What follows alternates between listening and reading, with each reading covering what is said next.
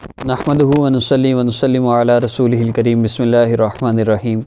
السلام علیکم ورحمۃ اللہ۔ امید کرتا ہوں آپ خیریت سے ہوں گے، اور آج کے عمل میں ہر قسم کی ٹینشن، پریشانی، مشکل سے نجات کے لیے آج کا عمل انتہائی مؤثر ہے، اور میں یقین سے کہہ سکتا ہوں اگر آپ آج کے عمل کو جو میں عرض کرنا چاہ رہا ہوں، اگر آپ میری ان باتوں پر عمل کر لیں، چند دنوں کی بات ہے، سالوں بھی نہیں، ہفتوں بھی نہیں، مہینوں بھی نہیں، چند دنوں کی بات ہے، انشاءاللہ آپ کے گھر میں سکون ہوگا، آپ عزت والی، راحت والی، سکون چین والی زندگی گزار رہے ہوں گے۔